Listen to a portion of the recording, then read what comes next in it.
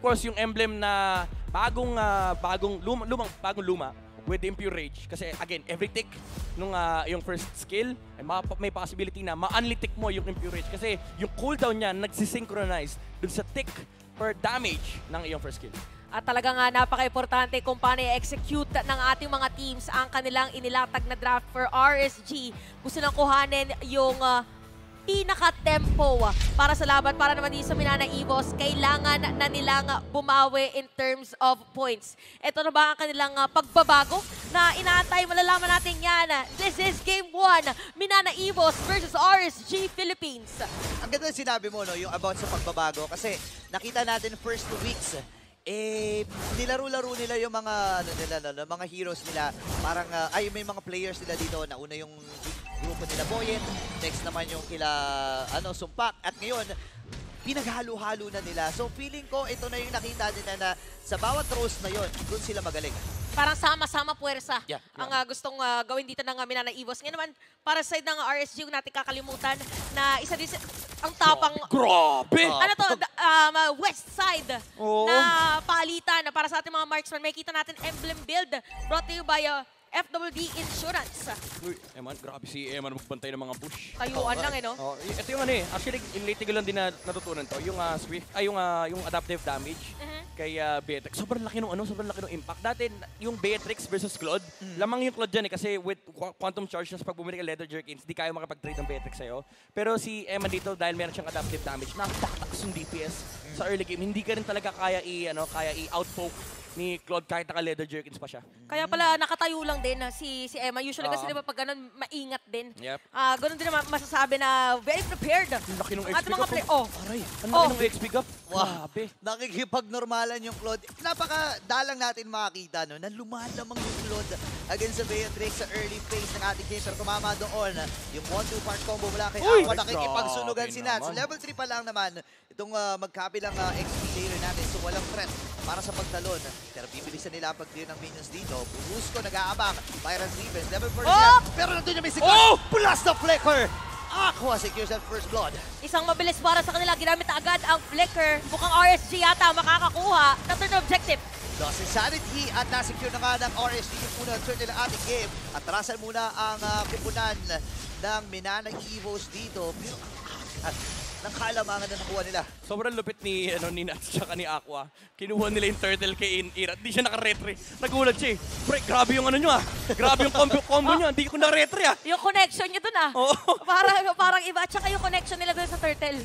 Hindi niya na na-shoot eh. Sa dinami-dami ng tao dun, may retribution. Ay! Uy, may blazing duo. Shotgun. Shotgun ni Eman. Matagal na nating na-miss ito. Shotgun ni Eman, grabe. Shotgun ni Eman. Ang ganda ng choice niya kasi alam niya at some point lalapitan siya ng Claude for the Blazing Duet. Yung ulti, tsaka yung dalawang bala ng shotgun, napakasakit ng damage output yan. Actually, kung gusto nyong i-bypass yung tenacity, hindi naman siya direct bypass, pero dahil sobrang laki ng burst nung damage, hindi mo ramdam yung tenacity kay Claude. Usually ganyan yung ginagawa ng mga talagang burst sa Beatrix. Kapag nag-level 4 na yung Claude, nagpapalit siya ng shotgun.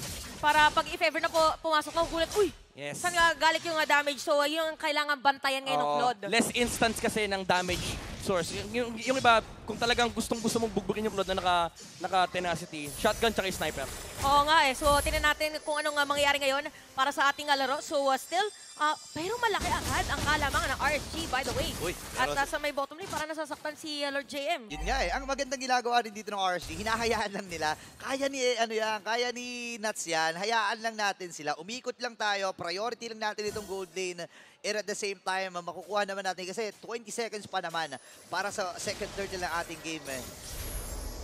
And para akala ko may sasabihin na dito si Morito. But yeah, for this one, again, para sa Minana Evos ay inaantay lang din naman muna nila na tumaba. Dito si Dominic Ayars. Naka-sniper! Kanina from shotgun ni Eman to sniper naman ni Eman. Sabi niya, hindi kita papalagan ng 100 to 50% to 0%. Papalagan kita from 100 to 0%. Parang nag-extend dito yung 100%. Oo, ito yung nila Taguro kanina. Ito yung 100% lakas. Umpisa pa lang 100 na agad ang pwede ibigay. Pero ito makikita natin Midnight and Burrito na nakapwesto na ang ating dalawang jungler. Parang medyo delikado nga lang yata si Boyd AR. Pero ito na, call for backup Nandito na rin si Top Lord lane. JM. Habang sa top lane, meron din gagawin trade. But Irad will secure that turtle objective. At walang trade na magagawa. Pero dive in yata sa may top lane. Evan is gonna be down. Oh, nice catch. Coming off from the Cooper, napunish sila si Eman. By the way, totoo pala talaga yung PYT. Kaya Eman dito, napakababa ng cooldown reduction ng Flicker. Pero, ganda rin ng kill dito ng RSG. Nakarecover sila ng kill over Doming AR. Expending the sprint, pero kumabit na yung DPS from Aqua. And of course, yung crowd control na nanggagaling kay Light. Pero gusto ko lang sabihin, grabe yung, nakita mo yung turtle kanina. Ganyan na mag-hold ng turtle ang Pilipinas. Hanggat hindi sure, kahit 3, 4, 5, kahit 10 tayo makita-kita rito, hanggat hindi sure, hindi nila binabawasan. Oo. Kasi baka mamaya magulat ka na lang, may biglang lulundag. Oo. Oo, parang ano yan, malasyo tayo tumalon. Tayo sumaya. Oo, hindi ko na alam yung lyrics. But yan, marinig natin ngayon ang mahiwagang conceal. Pero nagparamdam din at merong Astral Echo. Ito na ang Minana Evos at nakapwesto. Ginamit na ang Flicker dito ni Light. Ito yung problema nila yung mga bomba na yung mga tumatalbog-talbog mula kay Aqua. Kasi ang hirap i-predict nung linya na pupuntahan nung stun ni Aqua. Kaya parang kung ikaw yung Minana Evos, nakakailang din yung positioning mo. Kasi parang pag nakita mo si Aqua, guys, ito, kanya-kanya tayo umiwas. O tsaka minsan pagka nagbibitaw ka ng bola, the more na iniiwasan mo, parang mas tumatama pa din, promise. May magnet. Oo. May science din. May May science din pala behind dun sa... Projectile motion naman. Pero Hindi ko na alam mag-aaritaan yun, ha. Live dito. Nagkakambahan. Ando na naman yung pagdamba habang yung Mystic Gush. Pero sagot din si Lance Rito habang tatalon ito si Brusco.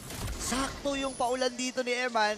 Atrasan muna both parties. Respeto muli ang papakita nila. Walang casualty pero ang daming nagamit na skill. Tama ang salitang respeto dahil disiplinado din ang ating mga players during that moment. But still, RSG na maintain nila yung kanilang gold lead. Yeah. Mukhang sa Turtle at yung magiging casualty dun sa Turtle ang kanilang kukuha ng lamak. Naku, naka-penalty zone na dito kagad si Lord Jim Eor.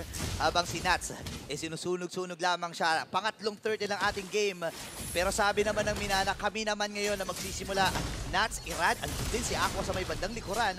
Habang si Bruce dito naka-charge. Tyrant's Revenge ay tinamahan with the Flicker. Tyrant's Rage combo mula sa kanila. At si Boyet naman ngayon ang makakuha ng pangatlong Turtle ng ating game habang andito. Itong sila dadapahin.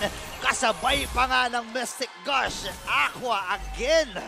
Wow! Napakagandang counterplay para sa ng RSG. Alam nila kung sino target at dahil dyan, mas lumobo pa ang kanilang lamang para sa larong to. Sobrang ganda ng timing nung jump ni Brusco AR. Sinigurado niya rin. I think it was a short cast yung first kill. Parang kalahati lang nung distance. Yung full range kasi nun, kinalahati niya lang para may flicker niya, para mas mabilis tumama doon sa Martis. Nabigla si Ira din. Hindi niya na-expect na biglang aabot pala yung talon ni Kufran. That's the however. Uy, may mga pagbigla din gagawin dito. At nailatag yung Bracer's Rat. Pero hindi sapat yung damage. Nas dito nakikipagsunugan lang ng kilay sa Minana Evos. Pero hindi pa tapos kasi hindi titigilan to ng Minana. Kailangan din talaga maklear na minion wave. Dito mapapatunayan na si Nuts talaga ay Makunats. Kagaya na kanyang pangalan. But for Minana Evos, medyo struggling kung paano gagawa ng play. Rather, at the RSG, parang naghahanap lang sila ng mga pwedeng puntahan, ng pwedeng i-raid against Minana Evos. Lord JM, delikado ni Retri. Tatlo pero may slow. And this time, Flicker na gamit na nga rin. Swabe naman nun, grabe. Mula dito kay Lord JMAR. Pero ang magiging kabayaran nun ay yung Torre sa may bandang ibaba. Parang dulong-dulo yung flicker, no? Para makatakas. Dulon-duloy. Kaso yung attempt ng RSG, again, it's just a commitment just to secure na makuha yung tower sa may bottom lane. Pero again, Minana Evos, they're still holding to a Claude. Kahit pa may 2K gold lead ang RSG, sa perspective ng RSG, kulang to. Kailangan mas ma-establish natin yung mid-game team fight natin kasi habang tumatagal yung game, umaabot tayo sa teritoryo na lumalakas yung lineup ng Minana Evos. Kasi pagdating ng late game, may Claude ka na iniintindi, kailangan mo din intindihin yung pinaprovide ni Novaria for Minana Evos. It's the vision kapag may mga Lord Dance, and of course, yung damage na nanggagaling sa Astral Recall, scaling din yan. Oo nga pala, mararamdaman mo na lang mamaya, na-slow ka na, tapos biglang, aray, parang medyo nangangalahati yung buhay. At kung nakita natin kanina yung sa gold na nakuha natin mga marksman, halos magkalapit lang si Domeng AR at si Eman.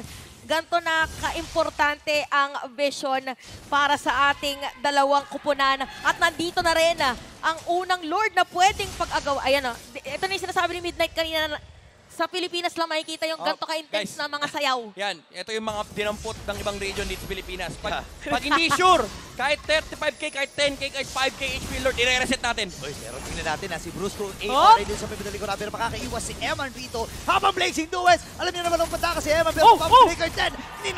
Normal hits lang at Domeng AR ngayon. Pumapaldo-paldo na at yung Lord itutuloy pa rin dito ng Minana. May conceal din na gagawin Brusco pero naispatan sila dito ni Iran. Habang andun yung BMI. Ito na yata ang isa sa mga pinakamahabang na sayaw. Take note na wala si Eman para dito sa next na team fight. Pero ang Astral Echo, nakita ko hanggang nasaan si Aqua. Bitim! Inabutan dito, Lord JM! Naku po sa buhay nila itong mapapatay si Dino Iran. Habang nakakabawi din naman itong kupunan ng RSG ngayon. Andun yung mga Oh my goodness, pero yung nababara Lord! niya. Ang sakit ni Nats. Same with Aqua. At yung Lord ay makukuha pa rin. Pero si Boyet AR ang makakabawi nito. Pabiyong medalli. Sasaluhin na lang ni Boyet AR. Ililigtas siya dito si Brusco AR. At ngayon ang kupunan ng Minana nakakuha ng unang Lord ng ating game. Nagmukhang pangit yung team fight for Minana Evos dahil pagtalo ni Lord JM, hindi kagad na burst yung mga targets, pero napagamit ng retry si Irat. And after nun, sabi ng Minana Evos, pwede natin ituloy ito. Nag-shift sila ng focus, they went towards the Lord. Si Domeng tsaka si Boyet ay nag-focus sa pag-takedown ng HP ng Lord, habang si Irat naman ay napopoke ng mga skills na lumalabas from Minana Evos. RSG, they tried their best to kind of turn the team fight. Gusto nila mag-Lord turn na tayo. Pero dahil nandun yung retribution mula kay Boyet AR, sila yung nakasecure ng Lord. Speaking of retribution, may laban yata dito sa may top lane. Uy, Ginamit na yung Last Insanity. pati Last Insanity nagamit na. Marami Oh, na yung mga jump! ultimate. Pero nandun yung flicker. Penalty zone. Habang nandun yung mga misan si Eman dito. Aqua nasa likuran. Free hit lamang siya with a Mystic Gush. Dalawa ang mababawi dito ng RSG plus yung Lord ay mag-takedown na nila. Dahil dyan, nakabawi na ang mga Raiders. Pero sabi naman dito ni Domeng AR, diretso niya yung mga tore dito sa may bottom lane. Ito yung sinasabi ni Midnight, grabe yung slow na pwede ibigay ni Lancy. Dahil every time RSG gustong pumasok, parang medyo may warning sign, may warning shot na, oy, teka lang, alam namin kung nasa kayo. Yep. Yung lineup ng Minana Evos, yung strength nito, yung advantage is, yung dalawa, yes, mapapunish mo, like Boyet AR and Lord JMR. Mapapunish mo sila kapag mali yung engage. Pero ang ganda rin kasi nung decision ng Minana Evos na nire-resign kagad nila yung team fight. Parang pag nakita nila, okay, patalo na to, concede, kuha tayo ng ibang objective, and yun yung strength na binibigay ni Claude sa lineup na to. Oh, parang kanina nakita natin na, by the way, yung solo kill kanina ni Domeng AR against Eman. Kaya naman ng RSG nakabantay din sa mga pwedeng gawin ng Minana Evos. At napaka-importante talaga ng middle lane. Yan ang dedepensahan ng RSG. At inaantay natin yung mga kakaibang setup ulit para dito sa ating dalawang koponan. Yeah. Meron ng Wind of Nature kanina si Eman. Kasi kanina wala siyang Wind of Nature. Inuna niyang tapusin yung Malefic Roar, I believe. Although wala siyang hindi siya kumuha nung kanina yung Fury Hammer. Pero ngayon meron siyang Vampire Mallet. Probably Hasklo, hindi para sa crypto guys. Para sa lifesteal. Balik buhay. Balik buhay kay Beatrix kasi kaya ni Eman na makipagbanatan kay Claude during the Blazing Duet. Oo. Ang technique lang dyan is tatanggapin mo yung buong Blazing Duet bago ka mag-Wind of Nature. Kasi once na bumaba ng HP mo, hindi ka naman ganun kadali patayin for the Claude. Kailangan pa banatan ng konti. Luma lifesteal ka pa. And kapag nag-Wind of Nature si Claude, tsaka ka lang mag-Wind of Nature. Importante din kasi no, na dapat i-consider nyo yung barrel na gagamitin. Doon sa lifesteal na yun, dapat nakanibiro ka para makaya mo makipagsabayan doon sa ultimate ng isang Claude. Pero kung papansinin natin, Minana, nakuha na nila yung gold lead finally para sa kanilang kupunan at RSG ngayon. Hindi nila alam kung saan nanggagaling yung mga atake dito ng Minana. May malapitan, may malayuan. Kailangan parang malilito ka na dito. Anong una? Nasa harapan ko ba? Or hahanapin sa likod? Ang nakakatakot dito for both sides, may dalawang space alien na naglalaban eh. Si Nobari at si Gordy, kanina pa sila nagbabatuan Ayun, dalawang bola yan. Mas malayo lang yung kay Nobari, pero mas nakakirita yung kay Gord. Pero nakita natin ginamit ni Light yung kanyang flicker, by the way. Oy. So, disengage lang muna. At si Lance AR ay manggugulo na lang. Again, dumating na naman tayo sa point ng laban na napaka-importante ng pagkuha dito sa My Lord. Okay, si Irad, alam niya na ang gagawin niya, pero alam din na Minana napapasok siya. At mali ka na papasok ang Liga Boy.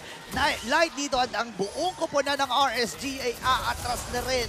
Brusco AR nagbibigay lang ng vision para sa kanilang kupunan. Pero si Eman ayaw niyang sumuko dito. I-slipe siya, tinamaan si Domeng. At ngayon, ang buong RSG ang didepensa. At dahil dyan, lumaki na rin ang kalamangan ng Minana Evos. Kanina medyo malapit yung goal lead, medyo nabaliktad para sa ating game at kitang-kita natin na kakaiba ngayon ang pinapakitang rotation at execution ng Minana Evos at pwede na nating tawagin si Domeng na Paldomeng. Paldo talaga. 2K gold advantage. Yung lamang niya rito kay Beatrix, advantage na lamang pa. Ganun kalaki yung lamang ni Domeng AR. And again, ito yung beauty yung paggamit ng Minana Evos ng Claude. Again, yung split advantage. Pero ngayon, nasa part na tayo na late game aspect ito for Minana Evos. And ang hirap din patayin ni Claude this time around kasi ang catch lang nila is si Light. Pero kailangan mo kailangan mo i-flicker in kasi ang hirap hulihin ni Claude. Pero even then, kapag tatapos na yung CC, may sprint din palayo. Oo nga, ang dami mo kailangang isipin. Base sa mga iisipin sana ng RSG na dumepensa doon sa may bottom lane, inhibitor turret ay successfully magagawa pa rin nila. Pero a lot of pressure ang nagagaling ngayon para sa Minana Evos at mukhang itutuloy-tuloy lang nila. At that's ang kanilang gustong i-zone out. Si Bruso dito umaamba ng kanyang Tyrus Revenge, mabilis na clear wave. Ang laki pala ng tulong talaga ng Mystic Gush. No? Hindi lang pang atake sa mga kalaban, kundi pang clearly ng minions. Paunahan na lang to, feeling kayo pagdating doon sa kung sinong una magkakaroon ng hold. Nabagit kanina ni Midnight, in terms of hold, medyo lamang ang Minana Evos. Kaya doon din sa draft index natin, team fight mas mataas sa index. Pero yung Minana. Ang late game talaga ng side ng Minana Evos, lalo pa nakikita natin yung Popes. Although yung mga tangke, tinatanggap nila yung Astral Recall, mga tangke kasi yan. And yung damage output pag tumama kay Eman, ibang usapan yan. Lalo kapag pumatong pa yung proc nung Impure Rage, which is likely kasi every time naman na ikakasama yan, may patong talaga ng damage na Impure Rage. Ngayon meron na siyang Divine Glaive, meron na rin Lightning Truncheon. Pag umabot tayo late game, may additional 1,000 magic damage yan. And spammable pa dahil sa cooldown boots, pati na rin yung Enchanted Talisman. Wow, ibang klase ang ating nakikita ngayon. At pinaparamdam talaga ng Minana yung adjustment na ginawa nila first week. Maraming nagsasabi sa kanila na okay, baka hindi kaya ng kupunan na to, pero ngayon pinapatunayan nila. Kahapon, nabigyan nila ng isang pagkakatalo ang Blacklist Generation. Ngayon, pinapahirapan nila ang RSG. Sinabi natin kanina, yung pagbabago na kailangan ng Minana Evos. Kita natin nagbago sila ng set of players at napakaganda ng naidudulot para sa kanila. Ngayon, RSG, kailangan nila mag-adjust para dito sa laban kung gusto nilang ma-secure yung next na Lord. Yeah, one thing na kailangan isipin ng RSG dito sa Lord fight na to, even though you would expect a 5v5, kapag pinatagal to ng Minana Evos, kapag pinatagal to ng Minana Evos, pwede kasi mag-split yung Claude. Grabe, kalahati ka yung buhay ni Irad dito. Ito rin sinasabi. Nararamdaman natin Ang hapdi Parang nga no, pag inisip mo, pwede pang mag-split push dito si Domeng pag napahaba yung Lord Dance. Ito na ulit. Lord Dance natin, 17 minutes and 36 seconds tayo nagsimula. Mag-clear muna na minion wave mga players. Makakakita din tayo ng trip to Jerusalem kung saan yung nasa mga blue side, mapupunta yata sa red. Guys, Filipino Lord Dance, sino-hold 35k HP. Ganyan lang, huwag niyong papanatan. Malatinikling! Malatinikling, Dandansoy, kanta pala yun. Tingin-tingin lang, ganon. Tingin-tingin lang. Tingin-tingin lang sa may Gedli. Sabi nga ang ating bagong storyline, walang kukurap. Wala din kumukurap ngayon at walang gustong magbigay. Ayaw panatan! Tingnan mo si Brusco, tinititigan lang niya ngayon. Naispatan na with that ultimate. Habang ngayon si Irad, papasok na pilitan ng Lost Insanity mula ka dito kay Nats. At ngayon, itutuloy na lang muna ng Minana ang pag-burst dito sa Lord na ito. Si Boy at ang magwawagi. Habang yung Mystic Gush, makakancel na rin. Aqua at ang buong kumpuna ng RSG. Nakikipagsabayan, may Tyrus Revenge. Grabe! Brusco, pinrusco talaga. Pero doon naman makuha dito nila si AR. Habang si Aqua naman ang sunod nilang itutumba. Inex na natin si Irad. Tumatakbo si Boyet. Same with Lord JM. And Boyet with the kill. At dahil dyan, meron pang Lord ang Minana Evos. Tapos sa may middle lane, meron din minion wave. 30-27 seconds ang unang dedepensa. Yan ay si Light at si Eman. Nandito ngayon si Nats para dumepensa. Delikado ata sila dito pero pipilitin na nila sa ikli ng mga minions pero hindi sapat. Dahil tinunaw na siya ni Domeng AR. Paldomeng at ang buong Minana magwawagi sa game number 1. Napakagandang performance.